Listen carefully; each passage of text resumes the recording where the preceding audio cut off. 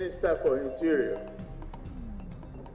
should liaise with IGP and the civil defense structure to replace those police officers.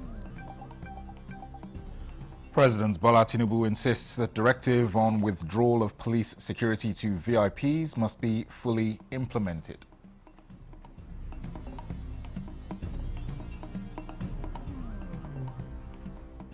House of Representatives summoned the CBN governor to explain non-remittance of more than 5 trillion naira operating surplus and 11 trillion naira revenue accruing to government's coffers.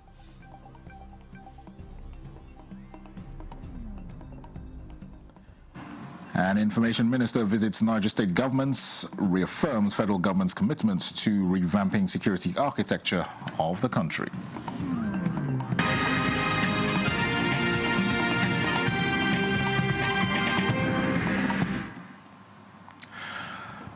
President Bola Tinubu has insisted that his recent directive on the withdrawal of policemen providing personal security to personnel designated as very important personalities, VIPs, must be fully implemented.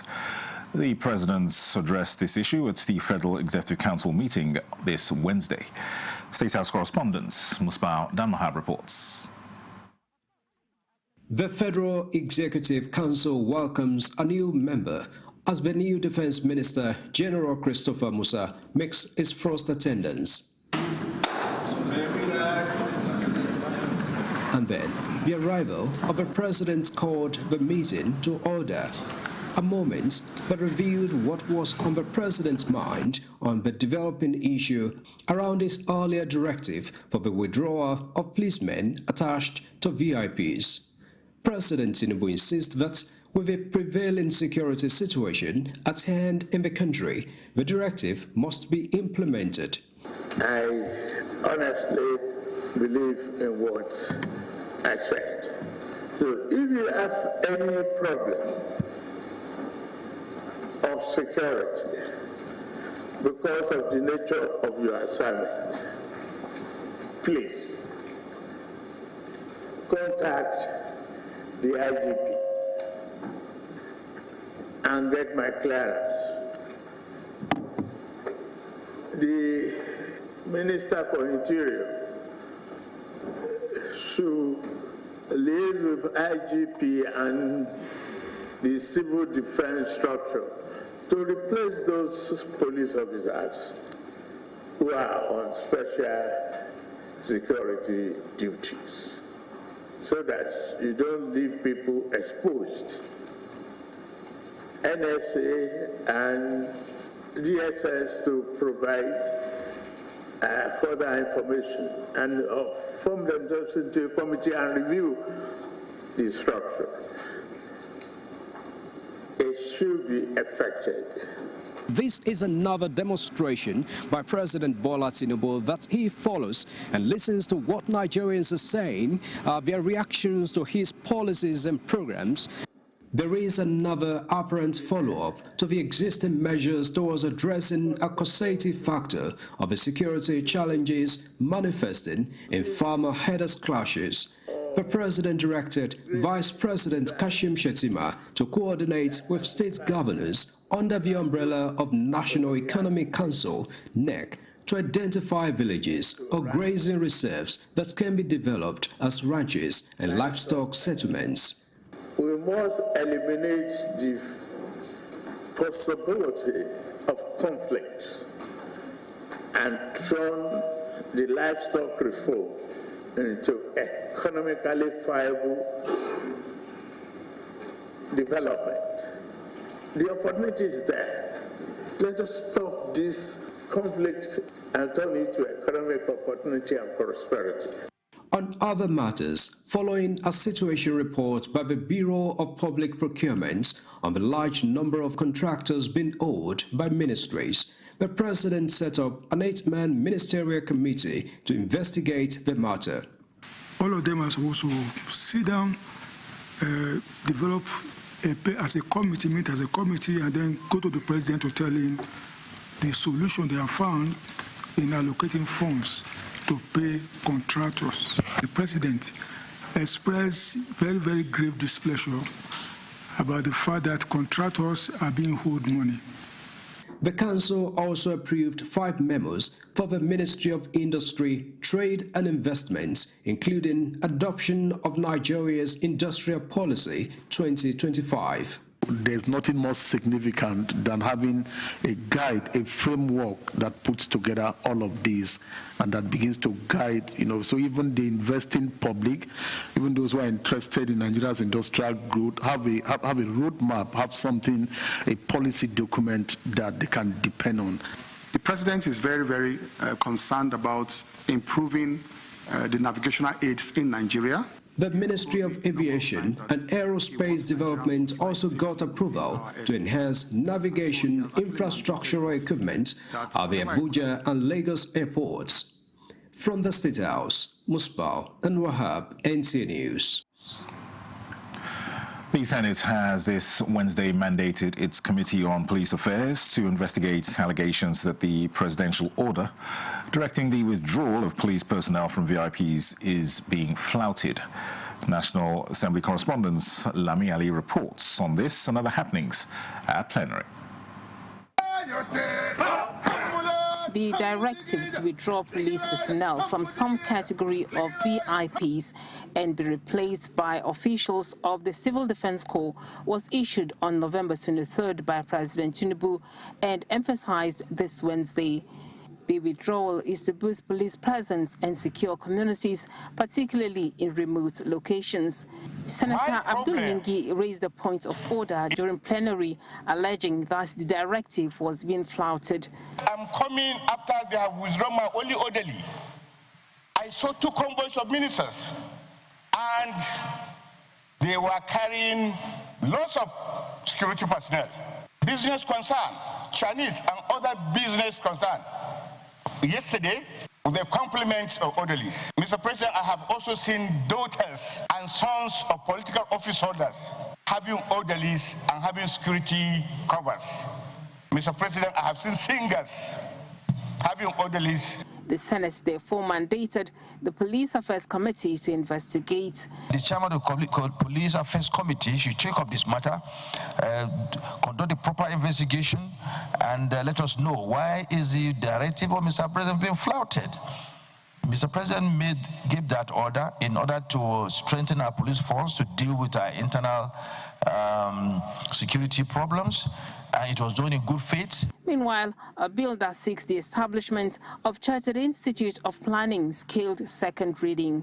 It will unify planning methodologies across government institutions, build a skilled workforce of certified planners, and institutionalize planning as a central governance process. Is to have an institute that will have the responsibility of training core professionals. Like the Chartered Institute of Taxation, Institute of Bankers, Nigerian Institute of Bankers, and the rest. So a planning institute is needed to standardize who practiced in those areas. We are moving with technology. And if we talk about technology 20, 30 years ago, we'll never be the same today. 4 bills passed first reading. Among them is the Federal Character Commission Act Amendments Bill from the National Assembly. Lami Ali, NTA News. Let's go back to the State House, where President Bola Tinubu has directed the National Institute for Policy and Strategic Studies, NIPS, to champion and expand mandates of a comprehensive diagnostic study towards addressing operational gaps and governance weaknesses in the security landscape. He gave the directive at a parley with senior officers, Executive Course 47 of the Institute in Abuja. State House correspondent Musbah Wahab reports that members of the Course 47 just concluded a national assignment on how to develop the country's blue economy. Nigeria's maritime domain, old as the country's existence, has been severally described as a huge potential, grossly under-harnessed. President Bola Tinubu's administration, right from the outset, took a step forward towards developing and tapping the national aquatic and marine assets with the establishment of a marine and blue economy. The senior officers' executive course 47 members got the national mandate to guide the sector's development. And after their research, they are here with the reports on the blue economy and sustainable development in Nigeria, issues, challenges and opportunities. We have seen the areas of overlaps, we have seen the areas of conflicts across various agencies, and we believe that unless we solve governance problem, a whole lot of investment that would have come into that sector will not happen. With what we have done, we have a step-by-step guide on what we need to do to ensure that the marine and blue economy contributes what it's supposed to do. Another result of rigorous exercise in the series from the nation's policies think tank. We deeply appreciate President Bola Tinubu, through his lieutenant, commended the patriotic role of the Institute to the Nigerian state, providing policy direction over the years. He enumerated various intentional efforts of the administration towards accelerating development of a blue economy for national gain. We have made significant progress. This administration has established the Ministry of Marine and Blue Economy to reform port management systems, strengthen maritime security operations, and support private sector expansion in water transport and logistics. The insights provided by Sec 47 will guide us as we refine our strategies and deepen national coordination. The President has directed all relevant ministries, departments, and agencies to study these recommendations with immediate effect and prepare for timely implementation. The realities of security challenges in the country also extend to the maritime domain, with illegal fishing, oil theft, smuggling, and other maritime crimes still lingering. And so, the President assigns a new mandate to the Institute. NIPS is hereby tasked with conducting a comprehensive national security diagnostic study and developing actionable policy recommendations to guide this administration in addressing operational gaps and governance weaknesses across our security landscape. There is no security problem that we have not examined at the National Institute. Now, with this renewed mandate, I want to assure you that even within a very short time, we will come out with proposals that will enable us to solve these problems. With these 96 participants done with a bid of this form of national assignments, the incoming set has its job cut out towards finding solutions to the security challenges in the country. But the Director General of the Institute believes the task is achievable, going by their earlier examinations on various security problems in the country. From the State House, Muspal and Wahab, NTA News. It's the news at 11 on NTA News 24. More reports in a moment. Stay with us. Every journey begins with a single turn of the wheel, but safety begins with awareness, with discipline, with responsibility. From our highways to our homes, from drivers to decision makers, every safe journey begins with awareness, and every safe wheel drives our nation forward. The Federal Road Safety Corps is championing a new vision, a renewed hope for safer roads and a stronger nation. Introducing Safe Wheel Nigeria magazine, Nigeria's new national publication promoting road safety, responsible driving, and transport excellence. Join us for the maiden unveiling on Thursday, 11th December 2025 at the FRSC National Headquarters, Abuja. Time 11 a.m. prompt. Chairman of the occasion, Dr. T.O.E. Ekechi, High Chief, Chairman, Marketing Plus Media Limited, Chief Host, Corps Marshal Shehu Mohammed, MNI.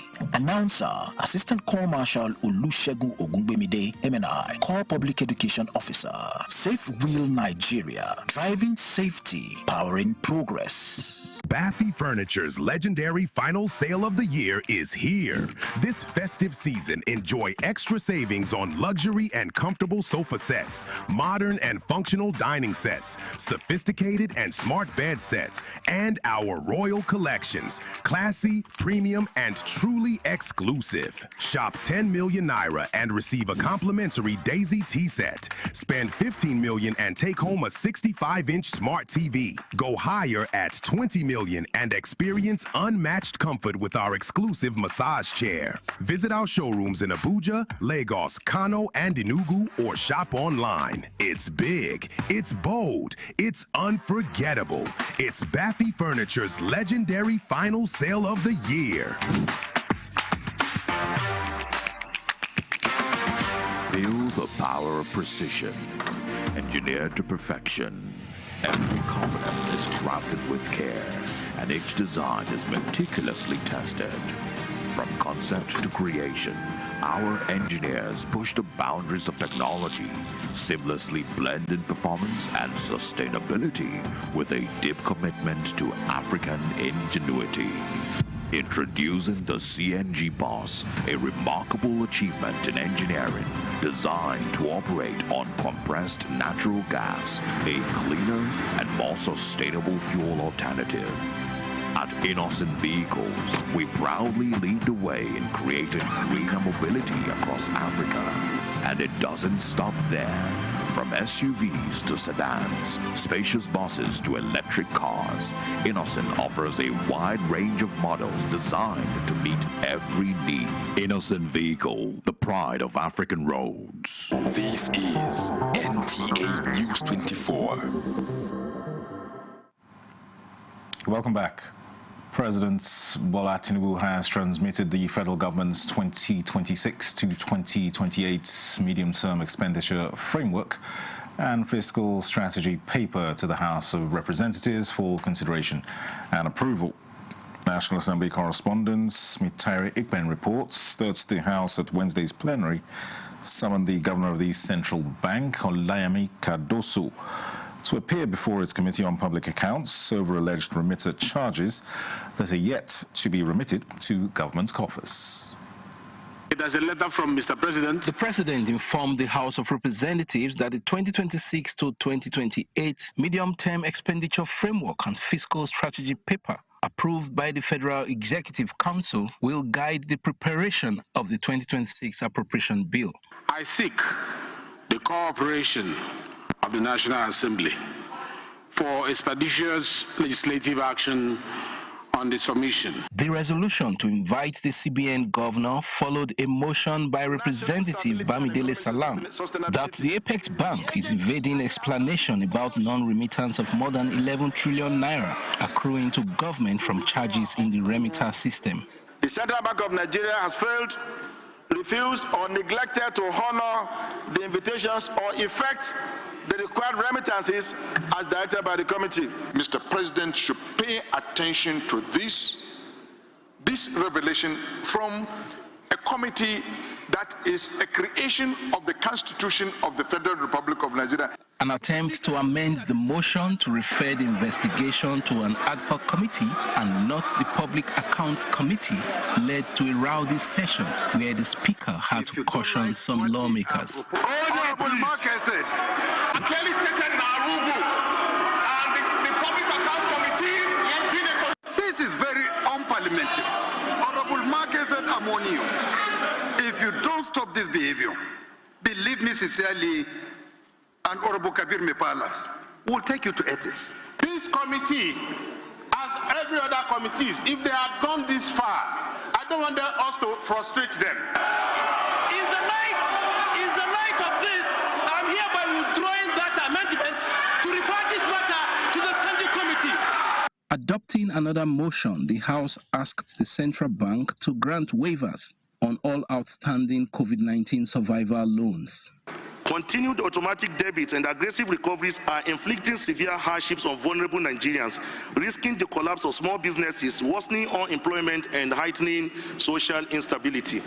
Meanwhile, the gale of defections continue as two lawmakers from Bayelsa State dumped the PDP for the APC. 5 bills were passed at Wednesday's plenary, including 3 seeking establishment of more specialist eye care centers in the country. From the National Assembly, Mitaire Ikben, NTA News.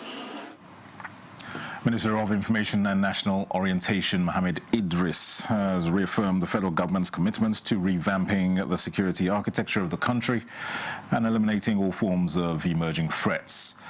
The minister stated this during a sympathy visit on the Niger State governments, the people and families of the abductees of the St. Mary's Catholic School, Papiri, to commiserate with them over the ugly incidents. Husseina Musa reports.